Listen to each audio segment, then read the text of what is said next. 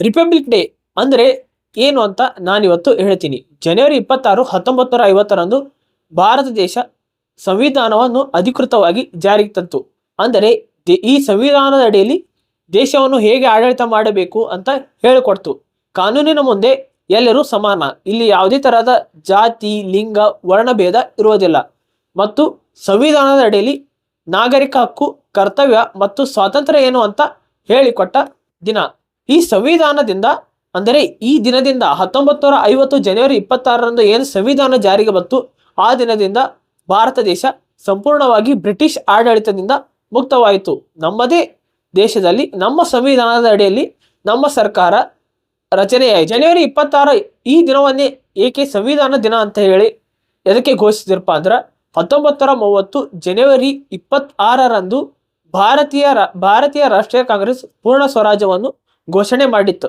ಅದರ ಸಂಬಂಧ ಜನವರಿ 26, 1950ರಂದು ಗಣರಾಜ್ಯೋತ್ಸವ ದಿನವನ್ನು ಅವತ್ತು ಜಾರಿಗೆ ತಂತು. 1930 ಜನವರಿ 26ರಂದು ಅಂದಿನ ಭಾರತೀಯ ರಾಷ್ಟ್ರೀಯ ಕಾಂಗ್ರೆಸ್ ಪೂರ್ಣ ಸ್ವರಾಜ್ಯವನ್ನು ಘೋಷಣೆ ಮಾಡಿತ್ತು. ಆ ದಿನವನ್ನು ಗೌರವಿಸಲು 1950 ಜನವರಿ 26ರಂದು ಸಂವಿಧಾನ ಜಾರಿಗೆ ತರುವ ನಿರ್ಧಾರವನ್ನು ಕೈಗೊಂಡರು. ಇದು ಕೇವಲ ದಿನಾಂಕವಲ್ಲ, ಬಲಿದಾನದ ಸ್ಮರಣೆ. ಸಂವಿಧಾನಕ್ಕೂ ಮುಂಚೆ ಭಾರತ ಹೇಗಿತ್ತು ಅಂತ ನಾನಿವತ್ತು ಹೇಳ್ತೀನಿ. ಸಂವಿಧಾನಕ್ಕಿಂತ ಮುಂಚೆ ಭಾರತ ಸಂಪೂರ್ಣವಾಗಿ ಬ್ರಿಟಿಷರ ಕಾನೂನಿನ ಅಡಿಯಲ್ಲಿ ಇತ್ತು. ಅಂದರೆ ಬ್ರಿಟಿಷರು ಯಾವ ರೀತಿ ಕಾನೂನನ್ನು ಮಾಡಿದ್ದಾರೆ ಅದೇ ರೀತಿ ನಾವು ಅವರ ಹೇಳಿದ ಪ್ರಕಾರ ನಾವು ನಡ್ಕೋಬೇಕಿತ್ತು. ಭಾರತೀಯರಿಗೆ ಯಾವುದೇ ರೀತಿಯ ಸಮಾನವಾದ ಹಕ್ಕಿರಲಿಲ್ಲ.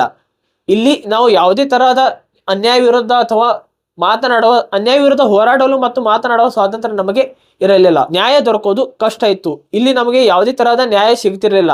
ಒಬ್ಬ ಭಾರತೀಯನಿಗೆ ತನ್ನದೇ ದೇಶದಲ್ಲಿ 2ನೇ ದರ್ಜೆ ನಾಗರಿಕ ಅಂತ ಹೇಳಿ ಅನುಭವ ಆಗ್ತಿತ್ತು. ಒಬ್ಬ ಭಾರತೀಯನಿಗೆ ತನ್ನದೇ ದೇಶದಲ್ಲಿ 2ನೇ ದರ್ಜೆಯ ನಾಗರಿಕನಾಗಿ ಅನುಭವ ಬರ್ತಿತ್ತು. ಏಕೆಂದರೆ ಅವತ್ತು ನಾವು ಬ್ರಿಟಿಷರ ಕಾನೂನಿನ ಅಡಿಯಲ್ಲಿ ಜೀವಿಸಬೇಕಾಗಿತ್ತು.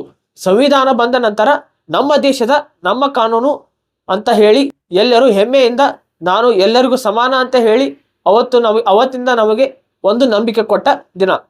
ಸಂವಿಧಾನ ಬಂದ ಮೇಲೆ ಏನೇನಾಯ್ತು, ಸಂವಿಧಾನಕ್ಕಿಂತ ಮುಂಚೆ ಯಾವ ರೀತಿ ಇತ್ತು, ಸಂವಿಧಾನ ಬಂದ ಮೇಲೆ ಏನಾಯ್ತು. ಸಂವಿಧಾನ ಬಂದ ಮೇಲೆ ಎಲ್ಲರಿಗೂ ಸಮಾನವಾದ ಹಕ್ಕನ್ನು ದೊರೆತು.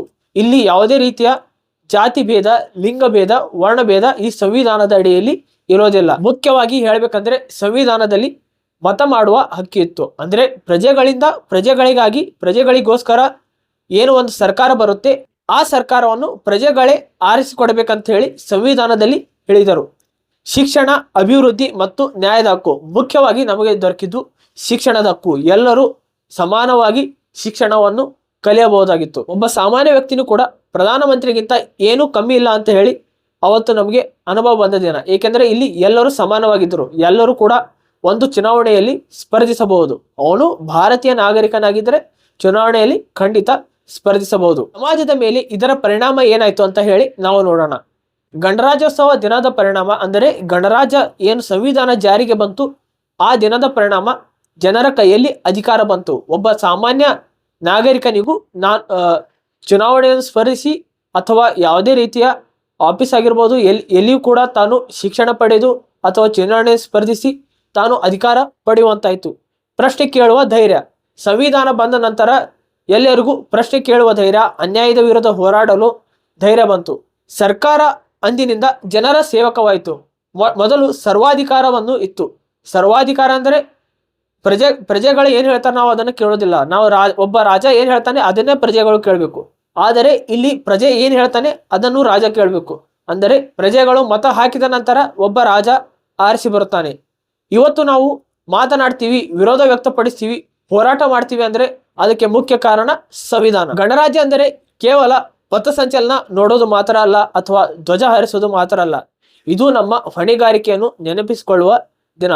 ಜೈ ಹಿಂದ್, ಜೈ ಸಂವಿಧಾನ್. ಎಲ್ಲರಿಗೂ ಗಣರಾಜ್ಯೋತ್ಸವ ದಿನದ ಹಾರ್ದಿಕ ಶುಭಾಶಯಗಳು.